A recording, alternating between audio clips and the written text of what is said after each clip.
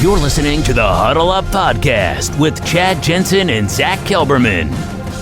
Join Broncos Country's deep divers at milehighhuddle.com and sound off. And now it's time to drop some knowledge. Okay, we're live, but we got to let it breathe just for the briefest of moments while we connect to our Facebook community. And then we're going to get going here, gang. So far, so good on the old hotspot. Okay, we're ducking and weaving. We're doing what we got to do to bring you guys this show tonight. Welcome in, everybody, to the Huddle Up Podcast, presented, as always, by Mile High Huddle and powered by Blue Wire Pods. I'm your host, Chad Jensen, and with me is my fellow football priest and the deputy editor of milehighhuddle.com, Zack Kelberman. Zack, this latest trade package, as proposed by Bleacher Report, it's still a pretty penny, but it actually is a lot more feasible, with the caveat that this is the starting point, right? So this guy's like, this gets the conversation going. Where it goes from there, I don't know, but tell our listeners what they're speculating on over there at Bleacher Report. Yeah, what you're referring to is an article from Chris Rolling, however you pronounce his name. He propositioned the Broncos give up a 2022 first-round pick, a 2022 second-round pick, and a 2023 first-round pick in exchange for Aaron Rodgers. What you'll notice there, though, Chad, unlike the other previous trade, rumor, offer, speculation, whatever you want to call it, conjecture, it didn't include a foundational player of the Broncos like Draymond Jones, Cortland Sutton, Dalton Reisner. All of those players were floated in potential trade packages for Rodgers in the past, and this one was the only one I've seen to date that just included draft picks. It makes it a little more feasible. If you want Rodgers in a Broncos uniform, you can rationalize to yourself, okay, well, at least you get to keep the core together. You're not giving up a Jerry Jeudy or one of his pass catchers like Cortland Sutton. It's just draft picks. I still don't think, not only would George Paton probably not do this still, I don't think it would be enough for Green Bay to move Rodgers, not getting at least one star-level player back in return.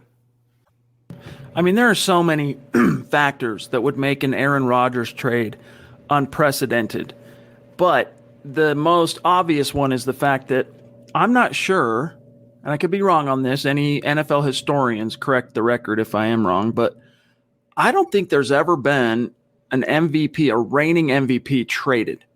Not a guy who's been an MVP in the past, but like literally the reigning MVP. As he says here, if one had to guess, trading for last year's MVP, regardless of age and contract, which I don't think you can disregard age and contract, will likely check in at 3 first-rounders, possibly with more added. It's funny, Zach, when I've made calls around to people that I know and, insiders and agents and people that are involved in this kind of stuff on the day-to-day, they don't think that a 38-year-old quarterback, regardless of the fact that he's the reigning MVP, can feasibly command 3 first-round picks. And yet all the media stuff we read, all the, purported speculative packages always include 3 first-rounders. I think if and when, Zach, Aaron Rodgers gets traded, whether it's to the Broncos or someone else, I'd be willing to bet some dollars to donuts that it does not include 3 first-round picks. Well, I think your first point there kind of contradicts the second point, because if there's no other reigning MVP on record, the precedent's never been set before, why wouldn't, it would require more capital, more compensation? Because of this. No. Because of this right here. He tries to disregard age and contract. That erodes the value. It's unprecedented in that it's a distinction that's never happened, but just because it's never happened doesn't mean that it's worth 3 first-round picks. I mean, I guess it's up to your own interpretation of what you think Rodgers is worth. I just think if Green Bay is going to cede to another team, and all it takes is one, Chad. All it takes is one desperate organization, and I don't think it will be Denver. Maybe it'll be Vegas, but I just think if Gutekunst is going to part ways with Rodgers and admit his defeat, in other words, and, give Rodgers what he wants, why wouldn't he milk it for all it's worth? Why wouldn't he want to get 3 first-round picks back in return or a star player? And it's funny, we're debating this, even though Rawling here, he thinks it's a 3 first-round kind of trade, but he doesn't include 3 first-rounders in his proposition. He calls it a starting point, not an end point. So if that's the starting point, and we're both unsure that George Paton would do it, what makes either of us think he would do it for the end point? Right. I do think Gutekunst is going to, when the rubber meets the road, he's definitely going to try and milk it and maximize it for all he can. If this was a 32, you know what? Even if this was a 35-year-old Aaron Rodgers, I don't think 3 first-rounders would be outside the bounds of the plausible. But he's not. He's entering his age 38 season, and that's what really, on top of the contract, which he touches on here, that's what really makes me doubt that when it's all said and done, he's going to end up getting moved for 3 first-round picks. I mean, we'll see, though. We'll see. Aaron Rodgers is very dug in. All of the speculation and, you read the stuff from the insiders that are close to Green Bay and some of the big national insiders. I mean, we talked about Jay Glazer, I think, last week or over the weekend, whatever it might be. He's just dug in. This is either headed to Aaron Rodgers chilling in Denver or Colorado, or California doing, television game shows, or he gets dealt. And so what benefits the Packers more? If you're Brian Gutekunst, if you're Mark Murphy, look, if he's so dug in that you cannot move him, no contract is bringing him closer to the table, then just cut your losses, milk it, get as much as you can for him, and start over with Jordan Love, because it really feels like it's jumped the shark. It's off the rails. Time to kind of move the needle forward. Yeah, I agree with that. I think you're a little more on the side of that he will get traded. I think he's still going to hold firm, and I think also the Packers will hold firm, and he'll play in Green Bay this year. He might sit out a regular season game or two, but these olive branches tend to get extended for the point that you made. He is the reigning MVP, future Hall of Famer, the face of an iconic franchise. I just think some way, somehow, there's still a month left until training camp, 2 months plus until the regular season. They will find a way to work this out. Guys, we are excited to talk with one of our great superstars tonight. We got Steve Baumgartner in the house with us. We're going to pick his brain on some of these issues, and we're going to find out what's on your mind. Any topics, any questions you want us to get it in the chat, and we will get to them post haste. Real quick, though, before we talk with Steven, some quick matters of business. Make sure you are following us on social media and connecting with us there. On Twitter, @HuddleUpPod, also @MileHighHuddle. You can connect with Buona Beast, our producer, on Twitter, @JohnK. My partner, Zack Kelberman, @KelbermanNFL. Myself, @Chad and Jensen. We would love it if you would make sure you're liking and following the Huddle Up Podcast Facebook page. It's only 6 weeks or 7 weeks old. It's pretty much a baby page, but it's pushing close to 3,000 followers, and we appreciate all of you who have heeded our calls to action and gone over and liked the page. But we need more of you to continue to do that, because we got some big plans for the page. We can't really roll them out, though, till we get it to scale. So Facebook.com/MileHighHuddlePod. That's the URL if you want to navigate on a browser, or just open up the app on your phone, search Huddle Up Podcast, boom, like, follow. And then the benefit you get from that, aside from the content and the community that's coming down the pike there, is you are automatically enrolled into our weekly raffles. Randomly select a person that's both liking and following the page. You'll get a t-shirt, you'll get a hat, you'll get a mug, something like that. Kindly consider becoming a Mile High Huddle supporter on Facebook. If you do so, you get access to Kelberman's Corner every Sunday at noon. You get access to the Trickle Zone every Saturday at noon. This coming Saturday, it won't be the Trickle Zone. It'll be Broncos Book Club with yours truly. You get access to that at this stage. Only the Facebook supporters get access to that premium video and podcast content. But that's going to be changing soon. We're going to be also grafting in a YouTube membership down the road. So stay tuned for that. But in the short term, make sure you're supporting us over there. $5 a month, I think, is what it is. Big blue button at the top of the Mile High Huddle page. Facebook.com/Mile High Huddle. Become a supporter. You're in like Flynn. Also, last thing here, gang. Check out the merch store, huddleuppod.com. Get your swag on. Get a hat, get a t-shirt, get a face mask, little something to support the cause here, help keep the lights on at MHH. And if you're not in a position to do those things, we're just stoked that you have showed up. Whether you're listening after the fact or if you're with us in the stream live, we do appreciate each and every one of you for spending some time with us. Hey, if you can, make sure you like the video on YouTube, on Facebook. Obviously, you want to make sure you're subscribed. And really, the thing we appreciate the most, all right, from the organic help we get from our community is if you think we're doing a good job, share this video out there and help us reach those Broncos fans that are out there completely oblivious to the fact that this community is out here waiting to embrace them. So we appreciate you guys. All right, let's talk with Steve. I want to say, John, this is the third appearance Steve has made on the show. Yeah, this is appearance number 3. But he's been with us a long, long time. Steve Baumgartner has been a part of our community since we really started the live streams. He was someone that engaged with us on Twitter long before we started doing the live streams. We've been connected with Steve for a long time. And so we appreciate him. Here he is in the flesh, Steve Baumgartner, mega Broncos fan, mega Drew Lock supporter. Steve, how are you, buddy? Pretty good. How about you guys? Doing well. Can't complain. No one would listen anyway, right? But let me ask you something, Steve. As outspoken as you have always been in your support for Drew Lock, does any of this Aaron Rodgers stuff change that? I mean, what would you say? How would you feel if the news flashed across the wire, breaking, Broncos acquire MVP Aaron Rodgers, trade via Packers? What goes through Steve's mind if that happens?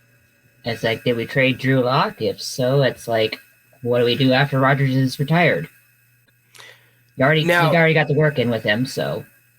Steven, you saw what we talked about in our last segment about the trade compensation. Do you think that's too much for Rodgers? Would you give up a couple first-round picks and a second-round pick? I mean, obviously, I think you wouldn't throw in a player, but how would you feel about the trade package that we talked about? 2 firsts and a second would be fine with me. That's not much to give up for future Hall of Fame quarterback. So you're more open to it if Drew Lock is not included in the trade package. You want him to stick around. Yeah, I'm with you. I'd rather trade Teddy over Lock. I'm with you on that 100%. John, I didn't notice before we went live that weird tinny sound when Steve talked. It's like a weird electronic tin can feedback sound. But I think it's okay for a short superstar segment. We'll be all right. So, Steve, what have you seen what are your insights from what OTAs showed us as far as Drew Lock versus Teddy Bridgewater? And what are your first impressions so far of Teddy? Well, from what I've seen for Drew versus Teddy, Drew's looked a lot better at what he did last year at OTAs. He's put in the work with Manning and got his foot placement a lot better, touches a lot better. And with Teddy, he's just a humble guy. He's there to compete, and he's there to help Lock along if he has to. Unlike Flacco. That's right. Steven, I'm curious as to your take. We got an interesting question that's kind of stuck with me the last couple of days. Can you give us, I guess maybe it would be Drew Lock for you, but give us a non-Drew Lock answer. One breakout player on offense this coming season and one breakout player on defense. Well, breakout on offense would be Judy for me. And then on defense, that'd probably be, let's see. I'm going to go Surtain. It's a good one. All right. I got one more for you. Zach's got one more for you, and then we're going to cut you loose for tonight, Stephen. Thanks again for spending some time and making some time for us. My question to you is, Denver, Colorado, September 26th, in Power Field at Mile High, are you going to be there at the MHH tent for the meet and greet, hangout, party, extravaganza? Probably not, because my work is so busy right now. We're so short staffed right now. You better be putting in a call to the boss man or the boss woman, seeing if you can't pull a string or two. I can try. I know my girlfriend wants to go see a Broncos game someday. I got one more question for you, Steve, and then we'll cut you loose here. Okay, a scenario where Drew Lock is a starting quarterback and a scenario where Teddy Bridgewater is a starting quarterback. How do you think the Broncos are going to fare this year? Give us a record prediction as of June 23rd. All right, with Lock as starter, I think we can get 13 wins. With Teddy, probably about 11 or 10. So double digits regardless. Playoff season, yes. You think? I think so too. Man, that's a very bullish outlook. Zach and I both see double digits, but 13 wins even in a 16-game season. I mean, that's like Peyton Manning level dominant juggernaut type of team. And look, that's not to say that Drew Lock doesn't have an in him as part of, whatever that ceiling might be. But if that were to happen, Broncos fans would just be going goo goo gaga. But Steven, thank you so much for spending some time with us, my friend. It really does mean a lot to us. All your support. Give our best to your girlfriend. And hey, see what you can do to make it out to Denver for that September 26th, week 3 versus Zach Wilson, the Jets. Home opener for your Denver Broncos. Okay, will do. All right, buddy. We'll talk to you soon, okay? See ya. All right, peace out. That's at VoteMoose80 on Twitter. Steve Baumgartner in the house. And just hey, man, he shows up. The sun rises. Steve Baumgartner shows up. BNS jumping in with a super chat. Love you, buddy. Appreciate you. He says, whatever the quarterback plays, blindside is safe. Hashtag all pro bowls. Indeed. Yep. Zach, we didn't talk about this last week when the news broke, but Garrett Bowles and his family are trying to overcome what is it called? It's a speech disability or impediment. I'm trying to remember what it's called. With his little son Kingston, and everyone knows Kingston. That's who was with him on stage, right? When he was announced as the Broncos pick number 20 overall in 2017. So hopefully, they can get him that speech needed to iron those wrinkles out. Yeah, and one thing Bowles has demonstrated, he had so many red flags coming into the NFL, not just on the field, but off the field, mentally, emotionally, him, coming into adulthood and how he's raised Kingston, how he's handled his family and how he spoke out on these issues. I respect him a lot for, and I think he's matured as a player and as an adult because of it. All right, John, do you have Michaela's super? There it is. All right, awesome. We got the Duchess in the house with us tonight. Thank you, Michaela. It's great to see you. We're looking forward to talking with you in July, and then we're looking forward to seeing you in September. She says, I am in with draft picks. I say no if we have to give up players for Aaron Rodgers. Hell no on the players. Hashtag let them hate. Yeah, I mean, I'm a little bit torn on that. Like if it was 2-1s, Zach and Draymond Jones, or 2-1s and Noah Fant, I don't know. I'd deliberate, but probably not look the gift horse in the mouth too much because with Aaron Rodgers, even minus Noah Fant, you got Cortland Sutton, Jerry Jeudy, KJ Hamler, Tim Patrick, Albert O. That offense is going to ball. Yeah, I think I'm a little more open to it if, like we were talking about with Steven, the package doesn't include a quarterback, namely Drew Lock. I would like some sort of fail-safe or some sort of project investment the Broncos can hang on to, even in the event of Rodgers, because he's not 26, he's not 31, 32, he's going into his age 38 season. So I'm still, if it's Draymond Jones and 2 first-round picks, I mean, you're talking about a foundational player and 2 opportunities for 2 years in a row to get foundational players on top of that. I wouldn't mind if they pulled the trigger, but not having a quarterback in there makes it a little easier a pill to swallow. John, does over the cap work for what you were after? I mean, I prefer using over the cap because Spot Track site is it bogs you down. Your browser. Mike wants to know, tell us about Green Bay's cap hit this year. So here is what the Packers are staring down the barrel for Aaron Rodgers in 2021. His base salary here is $14.7 million. He's also got his prorated signing bonus, which is $14.3. That's already been paid to him, but it factors into the cap number. He has a roster bonus of $6.8 million, and then a workout bonus, which he has already foregone, of $500,000, and then another bonus, which I'm not sure what the qualifications here on this bonus.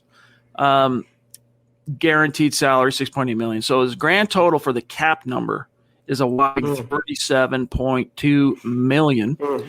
If the Packers were to have traded him pre-June 1st, they would have been looking at $31.5 million in dead money. But trading him post-June 1st, that number plummets to but it's still a big number, but significantly more that you could live with, $14.352 million. But Zach, one last thing, if you look at the remaining 2 years on his contract beyond 2021, putting yourself in the mindset of him potentially being a Bronco, a $25 million base salary in 22, a $25 million base salary in 23. Each one of those years comes with a different cap number because of the prorated signing bonus and all that, salary cap voodoo. But I would guess, and I don't know this obviously, but I would guess if the Broncos were to acquire Aaron Rodgers or wherever Aaron Rodgers ends up next, I'm guessing they do something new to his contract so that he's not top 6, he's top 2 or 3. Yes, and they're going to get that cap number down because it's $39 million, right? It's kind of hard to see. That's astronomical. That's the price of like 4 players normally. So yeah, they would redo the deal in some capacity. The only thing that's nice about it, there's no guaranteed money left on the contract apparently after this coming season. So again, if you acquire Aaron, yes, he's a Hall of Fame player, a first ballot borderline. Yes, he's an MVP's going to raise your tides on all ships on offense, but you really have to hope you hit in that window because the cost of doing business to acquire him, not just, again, the draft capital, but the compensation you're giving up and the cap burdens you're putting on the team, $39 million. Even if you bring it down, Chad, realistically, it'll still be above $30 million more than likely. So it's still a lot of money to pay a quarterback. And then you compare that to someone like Drew Lock, whose cap hit this year is what, $2 million, $1.5 million? I mean, it's a much bigger difference. John, do we have Kane Dawson and then Andrew Morrow? Kane, what's up, buddy? Good to see you. Appreciate you. The super chat means a lot to us. You know that, my friend. How are you tonight? Great to have you.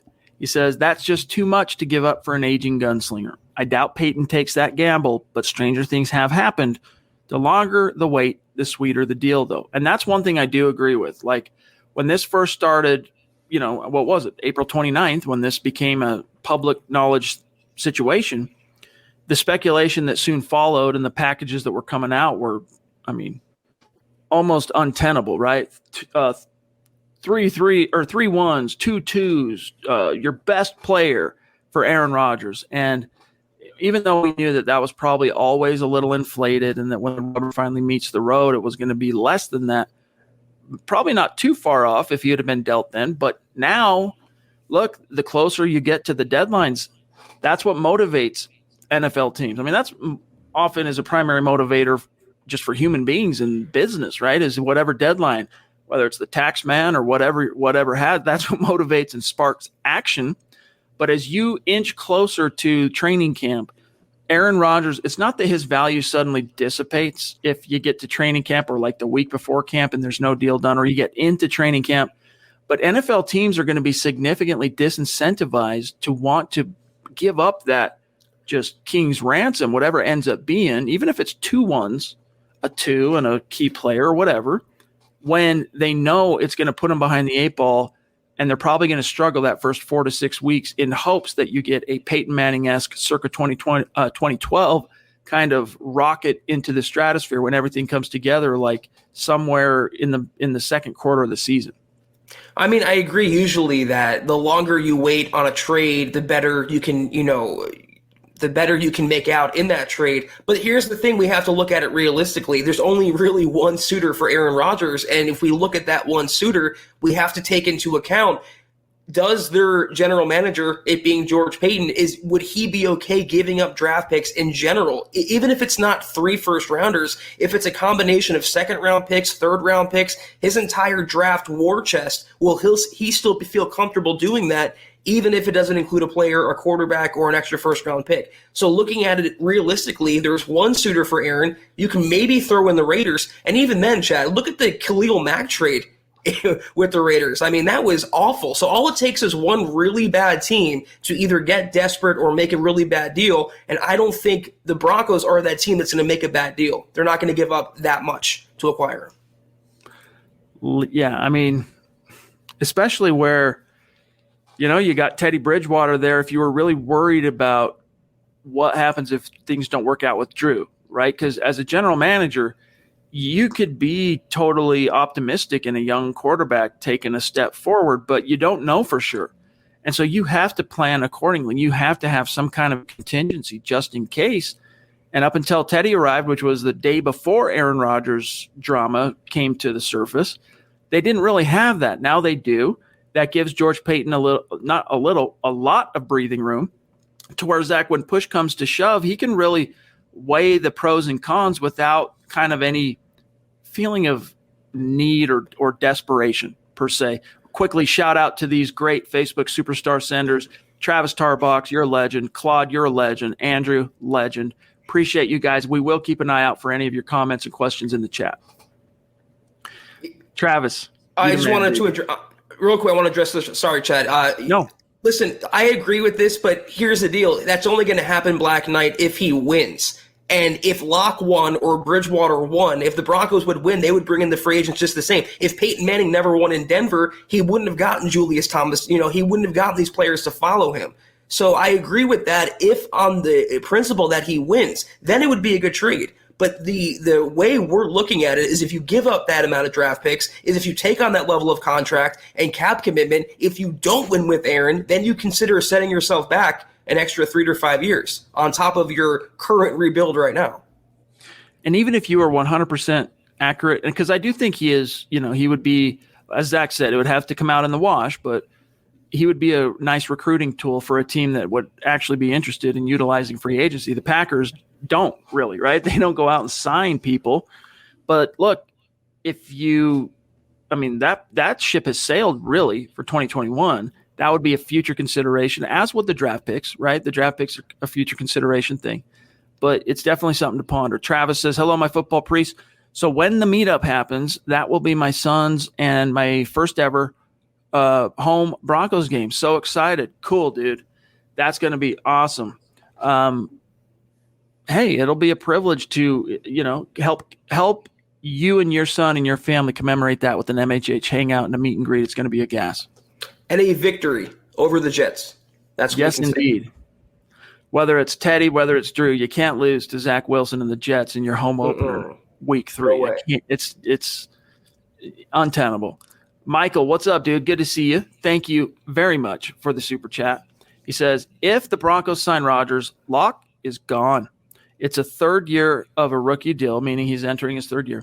No way the Broncos re-sign him. They would trade him or he'd leave in free agency after the 4th year. Would make no sense to keep him if they get Aaron Rodgers. It's inconvenient, but it's true. What utility does Drew Lock offer you if you have Aaron Rodgers besides the failsafe? Well, you already have a failsafe, right? Teddy Bridgewater. I do think that there's some truth to that. Like if all these fantasies come true and Aaron Rodgers lands in Denver, Drew Lock is the odd man out, unfortunately. And that comes, that's not me trying to prophesy here and relish in such a prediction. That's just the way the wind would blow. You're moving mountains. You're giving up all that stuff it's going to take to get Aaron. You're going all in. You're no longer worried about Drew. Sorry for Steven and everyone else and Michaela too. Like I know how you feel about it. You know how we feel about Drew Lock. But if you get Aaron Rodgers here, it's just like when Peyton landed in 2012. Tim who? Right? And you never thought about Tim from 2012 right through Super Bowl 50.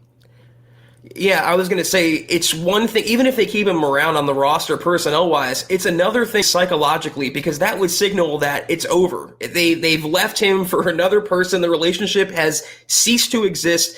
He can, he can get over, he can handle the psychological burden of battling Teddy Bridgewater. But if the Broncos acquired Aaron freaking Rodgers, that would be just catastrophic for him. And I think he would check out and the Broncos would check out. So I tend to agree with it. And I think what you said is best there. It's an inconvenient truth and a brutal truth to realize. Even if he's on the roster, if Rodgers comes here or Deshaun Watson for that matter, the Lock era is over. David, longtime listener, big-time member of our community at milehighhuddle.com, very active and engaged commenter. Appreciate David's insights always, and he's really good at surveying the web and finding all the good Broncos stories that are out there. This is from John Clayton, who says, according to David, it'd be a first-rounder and a second-rounder for Aaron due to his contract and age. Not many teams can take that contract plus the new deal, according to David. I mean, Chad, I'm willing to come to your side of it might not be 3 first-round picks, but I'm pretty sure it'll be at least 2 first-rounders. I mean, again, there's no precedent for it, but how do you trade the reigning MVP and only give up 1 first-round pick? I mean, John Clayton is revered. His opinion here should be noted, but I don't know. I think it's a little less. It'd be a little bit of a loss for the Green Bay in that deal. Andrew on Facebook, appreciate you with the stars as well, Andrew. With the team as is and healthy, what's the percentage we can win the West? Zach, I think even if everything comes together, in the most reasonably feasible way for Drew Lock and the offense and Pat Shurmur and everything kind of comes together there. We know what the Broncos appear to have on paper at defense.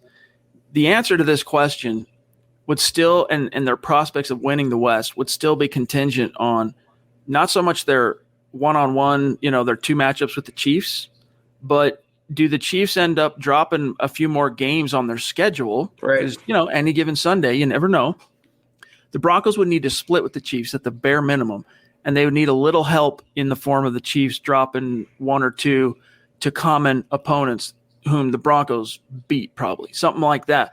Odds, percentages, what would you say for Andrew? Oh, not very good for Denver, and I agree 100% with what you're saying. The Broncos can control the controllable. That's their 2 games against the Chiefs, but they can't control anything else outside of that. So they would need, not wishing injury, I'm not hoping for, but they would need Mahomes to go down or, someone, Tyreek Hill, someone on their defense, Chris Jones, to suffer a season-ending injury for the Broncos to get that window open. Then from that point, the Broncos have to at least win 13 games, 14 games in a 17-game, 18-week season. I don't know. I mean, realistically, Chad, 15, 20%. That's probably being generous too. Yeah. But that doesn't mean they can't still win double-digit, and that doesn't mean that they can't then make the playoffs. And you know how it goes, man. When you get to the playoffs, all bets are off for every single team in the best and the worst way. You never know. It's like when the 2014 Broncos hit the playoffs or the 2012 Broncos hit the playoffs for the divisional round, they get a bye. I mean, in 2012, they were the 1 seed. I don't think they were the 1 seed in 14, but nevertheless, they were a presumptive threat because they were the reigning AFC champions in 2014. And the Colts rolled in and upset them at home. And in 12, Baltimore rolled in, upset them. You just never know because the postseason is like has its own kind of magic, its own intensity, its own energy, and you just never know. So my point being that look at even back to Super Bowl 32, that first world champion Broncos roster, they were a wild card team that went the distance. And back then, that almost never happened. That was one of the reasons why the Packers were such a heavy favorite in that Super Bowl. Wild card teams, A, hardly ever made it to the Super Bowl. B, they certainly didn't win, and they didn't defeat the reigning world champions. So, you know what? Hey, man, if you can get to the playoffs, if you're Drew Lock and the Broncos, you can get there at least. You never know what could happen for you and your opponents. It's a different animal. I was going to say 5 years removed from their last playoff appearance. Can we get back to the postseason first and then talk about toppling Mahomes and the Chiefs? Small steps for the Broncos this season. Ian here on Facebook says, it has been a long week. It is so nice to see some friendly faces. My mom is in the hospital. Oh, no, man. I needed to see you guys tonight. Well, hey, man, anything we can do to help take your mind off it and also provide some good vibes, some positivity, we're here to do that. Stay positive. Stay optimistic. Yep. This too shall pass. She'll come out, get out of the hospital. Everything will be okay. I have no doubt of this. But our thoughts and prayers are with you, my friend. Yeah, and I know what it's like to need a distraction in tough times, and I hope that we can be that distraction for you. And if you have a question, please feel free to drop it in, and we'll get to it tonight. Andrew Morrow, thank you for that super chat, my friend. It's great to see you in the chat. He says, speculation, Raiders get Rodgers. Thoughts for the next 2 to 4 seasons for Denver in the AFC West. So I think what he's saying is tying that question into what if the Raiders get Rodgers, right? So if that were to happen, yeah, dude, I mean, not great.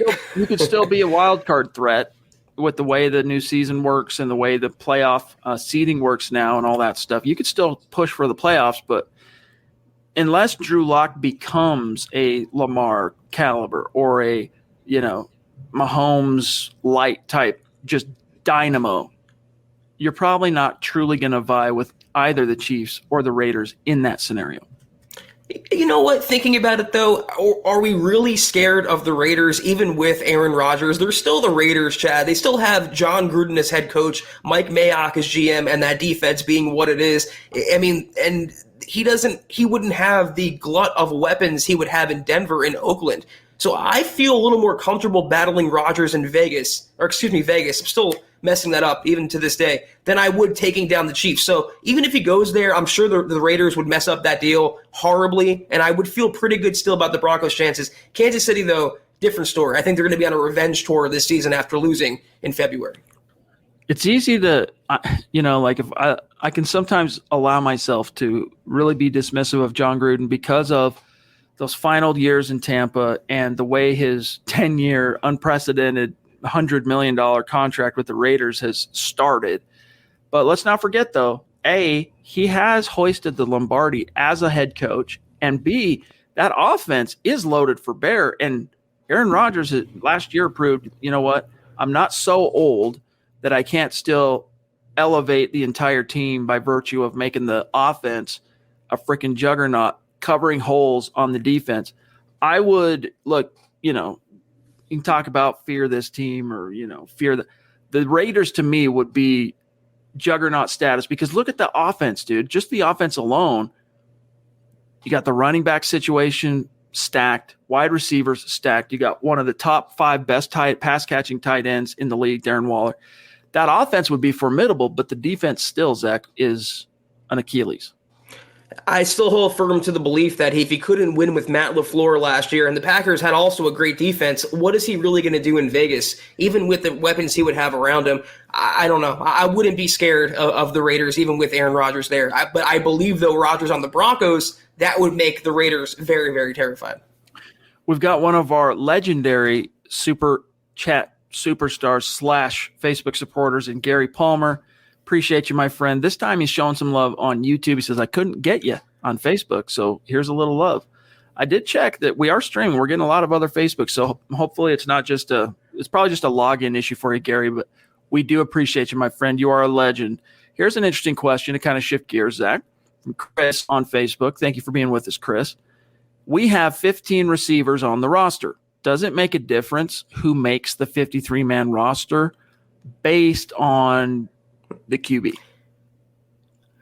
I don't think so. I think the best players are going to make the 53, and they might keep an extra receiver, but they already have 4 or 5 that are absolute locks right now. So it's going to come down to A, how much they're keeping on the 53, 6 or 7, and B, who are those final 2 or 3 guys that are looking about keeping.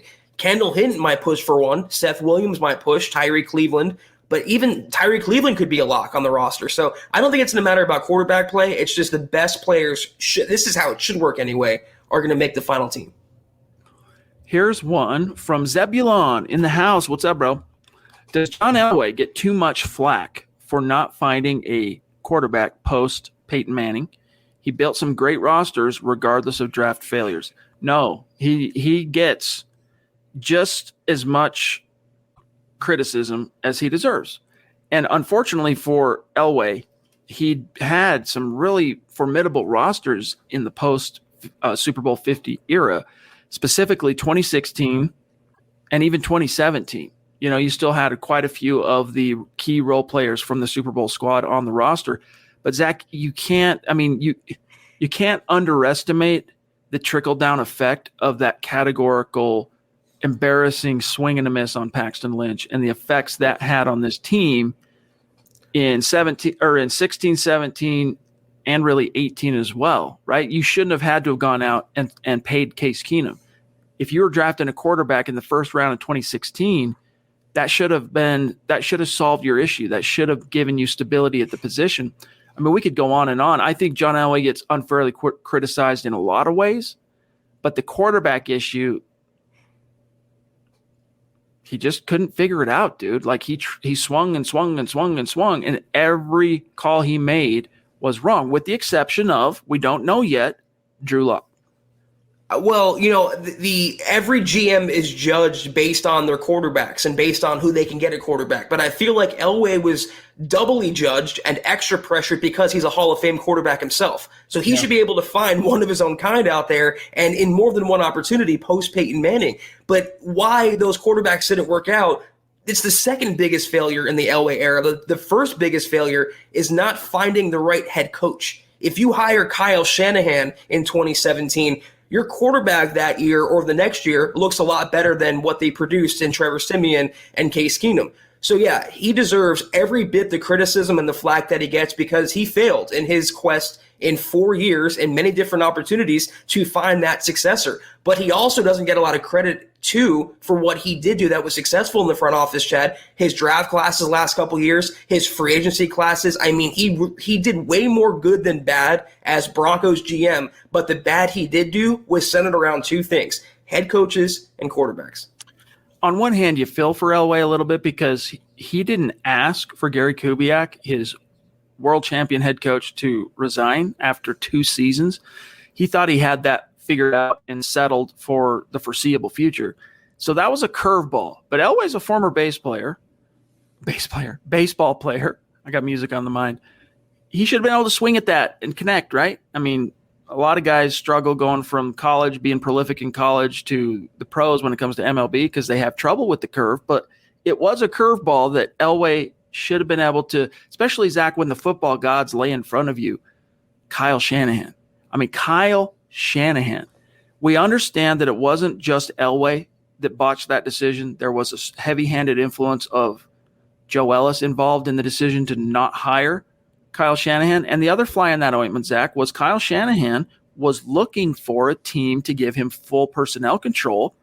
And the Niners were, if I can remember this right, I know obviously they did give him that, but I think they were the only team willing to offer him that as well.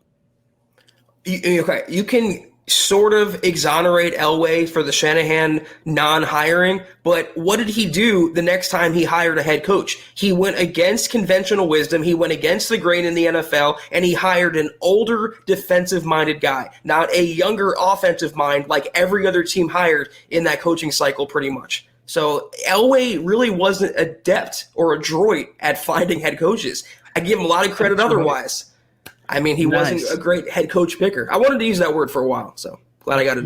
What's the last podcast you guys have listened to where one of the hosts dropped adroit? I mean, come on. This is why you listen. Hit that like button, people. Let's go. Yeah, give us a like for adroit. Let's go. Dale, what's going on, dude? It's great to see you. Appreciate the support. Appreciate also you kind of looking out for Clan Jensen. We'll talk about that down the road, but appreciate you, Dale. He says, if we trade picks, I wonder if Denver would have cap space left to sign players like Cortland Sutton, Tim Patrick, Noah Fant, Chubb, Miller, after taking on that contract. Would Rodgers take a pay cut? I doubt it. Yeah, I don't know. It doesn't seem to me like money's the biggest issue to Rodgers right now. I think fit, and as he talked about in that one, the last Kenny Mayne segment of all time, that it's about culture, it's about relationships and all this. I don't think money is the preeminent issue, but even if we were wrong and Aaron Rodgers wasn't asking for a new contract with whatever team acquires him, guys, we just went over the numbers. So Dale's not wrong. It's going to put an immediately just smothering effect on the salary cap, and it would affect your ability to do as he says here, Zach.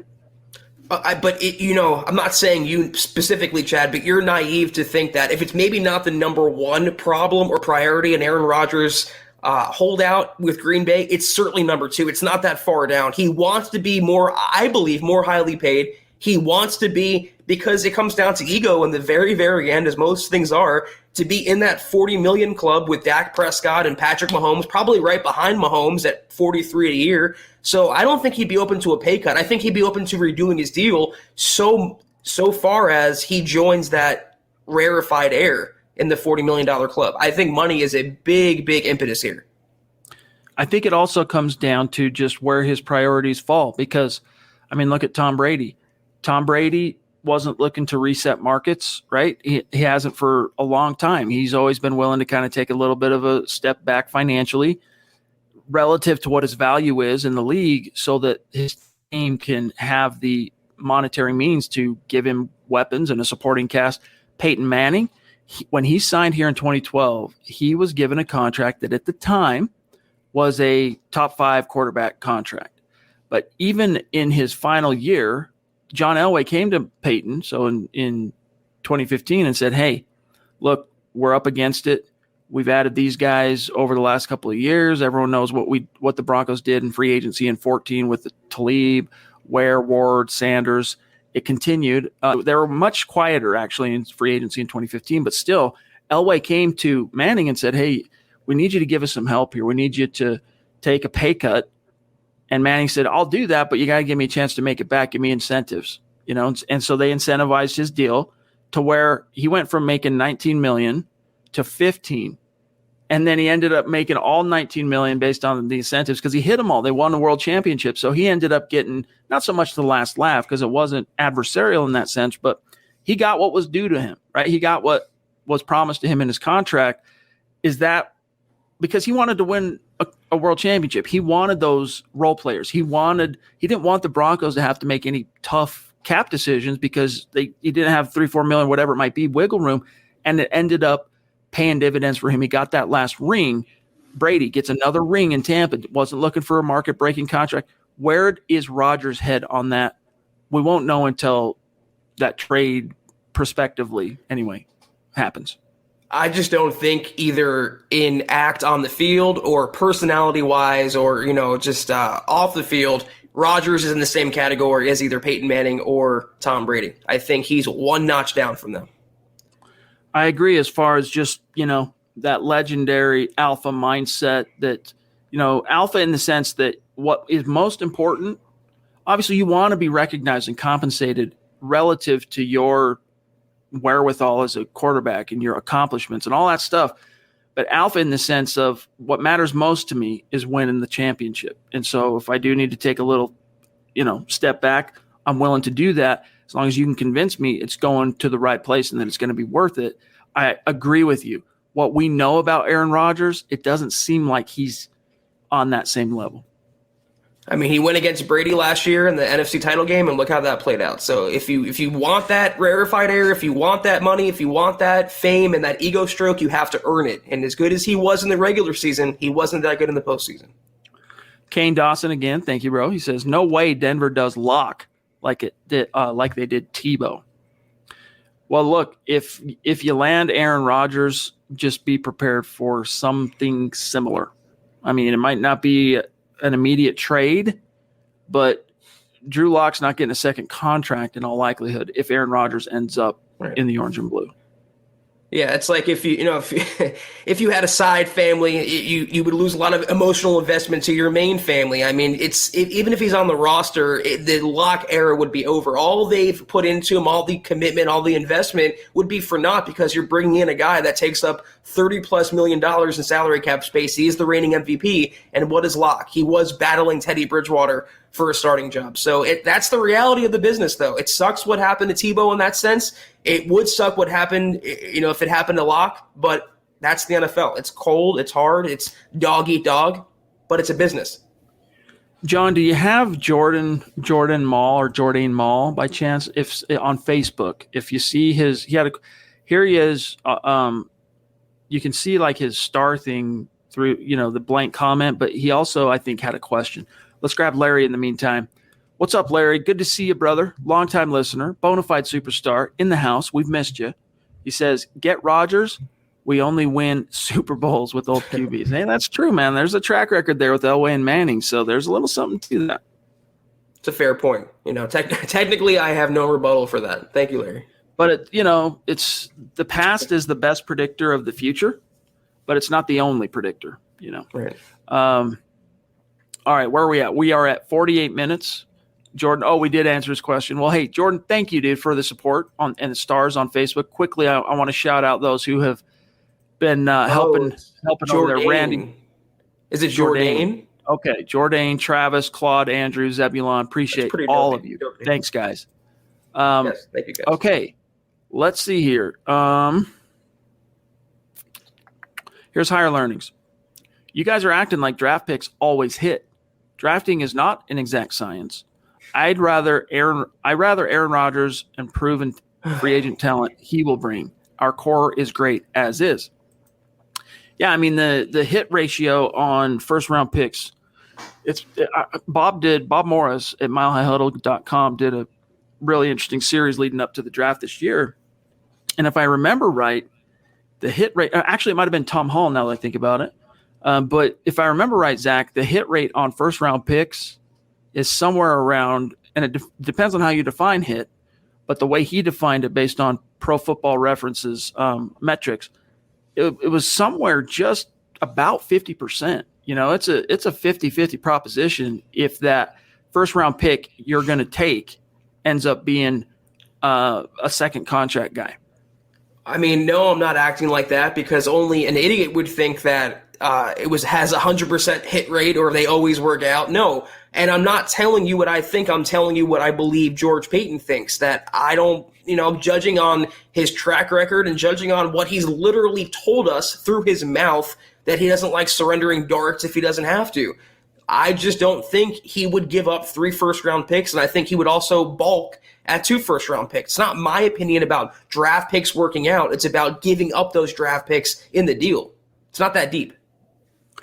Chris on Facebook says, hey, guys, I'm forced to listen to Boston sports stations due to where I live. No matter how good the Boston sports teams are doing, they are harshly criticized by the media. It's refreshing to hear some positivity. So thank you, guys. All right. Hey, man, thanks for being with us. Glad you found us, my friend. Okay, John, who do we have left? I don't want to leave anyone out hanging here. Let me just here's Andrew real quick. Killed my dreams, Zach. LOL. I was thinking at least 30% chance of winning the West, right? Giving we almost beat the Chiefs our last game with a skeleton crew, but hey, a guy can dream. Didn't almost beat the Chiefs. I'm not sure what you're thinking there, Andrew. I remember the Broncos losing by multiple scores. They started relatively strong against the Chiefs in that game, and then Drew threw a pick, if I remember right, and that started the kind of an avalanche. I'll pull it up, but I might be misremembering that. Am I? Maybe Andrew's talking about the DT, non-reception from Case Keenum where they should have upset the Chiefs in that game.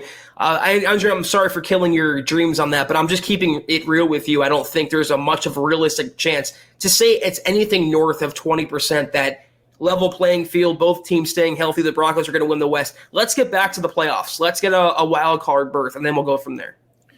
All right, I'm just looking really quick here. Denver Broncos 2020 schedule. Oh, no, that's still 2021. I need 2020. Here we go. Nope, that's an announcement. I'll find it in a minute. Yeah, the last time I can remember it being like truly the games were in doubt, Zach, was 2018, the Keenum teams. And the Broncos did come, one wildly off-target Keenum pass away from beating the Chiefs in that first Bronco Chief game in 2018. And then the second, that was in Denver. And then the second one on the road, they still lost, but they lost. Both games were single score margins. And I want to say, I can pull this up and try and do the research, but we're close to being out of time here. I'm relatively confident when I say, going over my mental Rolodex, it's been multiple score margins in every game since then. Yeah, I mean, I'll admit that I forgot too, but apparently it was 19-16 in the second game. And I remember it being close kind of now looking back on it because in 2 games against Mahomes, they held him to like 200 yards and a couple touchdowns. So, yeah, I forgot about it too. 2020 is a blur. I've chose to forget about a lot of that year. I'm going to have to go back and look at the NFL stats, NFL GSIS, and look at the play breakdown. For some reason, I am not remembering that way. So my bad. All right, guys, where are we at? 53. Okay. About out of time here. Geiger Gaming jumping in from down under with a super sticker. You've been very, very consistent here on the Huddle Up podcast the last 2 weeks, 3 weeks. Really appreciate it, my friend. You are inching very, very close to superstar status. Keep it up, my friend. Really, really, thank you. Yeah, we're going to have to erect Mount Rushmore down in Australia for Geiger Gaming, so we appreciate you. Thank you so much. I don't know how the Australians would be would they accept such an affront? Right? Of course they would. To their allies, landscape. Chad. Let me see this from Black Knight. What do you guys think of the tweet Eric had yesterday about wide receivers that work well with each QB? I don't know. Let me see. I'm not sure what he said. Hold on. I know that Building the Broncos kind of titled their episode around that topic, like which wide receivers pair best with which quarterbacks. Okay, here it is, I think. I think this is what he's talking about. Zach, let's get your thoughts on it real quick. From Eric Trickle, co-host of the Dove Valley Deep Divers pod. KJ Hamler can work with either quarterback for different reasons. Judy Fant in Cleveland, probably better with Teddy. Sutton, it doesn't matter. He's going to ball out regardless. Patrick and Alberto, probably better served with Locke. Running backs, also probably more effective in an offense, quarterback with Teddy than Locke. So your thoughts on that, Zach? Well, it's his opinion, first and foremost. I mean, that's Eric's, and it should be noted, of course, because Eric's great. But the way I can argue for this is because players like Jerry Jeudy, players like the running backs, Melvin Gordon and Williams, they rely on timing and precision, and that's not Locke's strong suit. So Patrick and Alberto are more outside, throw them up kind of, 50-50 type of receivers, and that's why I think he went there with that argument. But I think regardless, if they scheme them up correctly, what Eric doesn't include there is the coaching. If the coaching uses those players correctly, it really won't matter who's a quarterback, Locke or Bridgewater, because both QBs, to their credit, both bring pros to the table. Albert Knoppers, what's up, brother? Good to see you. Phenomenal super supporter in our community. He says Aaron Rodgers is not like Brady. He will play most likely 3 more years. I don't think that should be enough to add a demanding person like A-Rod to our team. Yeah, I mean, I don't think anyone's like Brady, right? Like even Peyton, not quite like Brady. Like Brady's a freaking animal. He's just a entity unto his own. And Peyton's up there too. Don't get me wrong. I'm not trying to say that Peyton's a lesser quarterback. That's definitely not what I'm saying. I'm just saying from like that ultimate alpha mindset of eye on the prize. I mean, Tom Brady has already made more money than he could ever spend in this life himself. He's made more money. I mean, take away the fact that his wife actually earns more money than him as the most famous football player, probably, arguably anyway, of all time. Take that away for a second. Pretend that wasn't true. Tom Brady's already made so much money that his kids and his kids' kids and his kids' kids are set, right? That's not what's driving him, though. He didn't leave New England because he wanted an extra $25-30 million or $60 million by the time you get through his 2 years in Tampa. Zach, he left because he's still hungry to win and be the guy at the top of the hill every time. I agree. Aaron Rodgers, not exactly from what we know about him. And granted, we haven't covered him every day for, 10 years like we have with the Denver Broncos. But from what we know about him from afar, it doesn't seem like he's that same animal between the ears.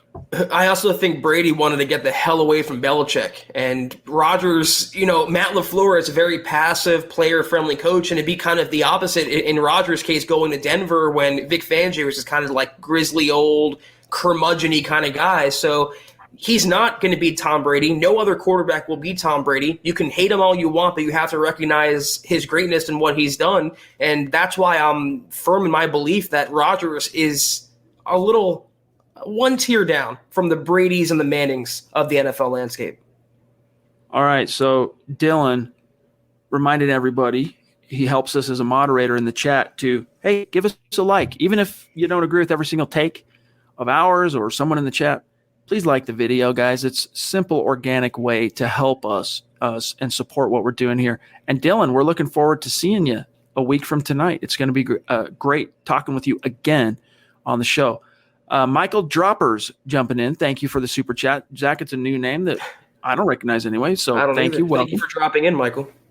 Indeed. Drew was a 3-year project by most experts.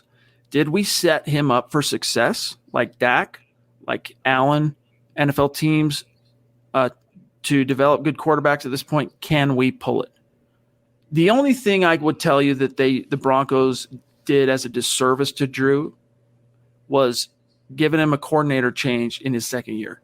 But that's not like so beyond the pale that you're like, that's it, man. And, unforgivable. He can never succeed. It's the type of thing that happens every day in the NFL. It just so happens that in Drew's case, and the Broncos probably should have been more cognizant of this, if I'm being honest, that was a pattern that was not in his control, dating all the way back to his Missouri years, right? Sophomore to junior year, those 2 years were the only years he had the same coordinator year over year. So other than that, Zach, I can't see anything that they've done that would erode his, putting him in the best position possible to succeed. I mean, I'm grasping at straws trying to think of something else. I got one for you. How about right tackle last year? Not having a better player than Elijah Wilkinson as your starter ends up contributing to his shoulder injury, if not, being the sole factor there.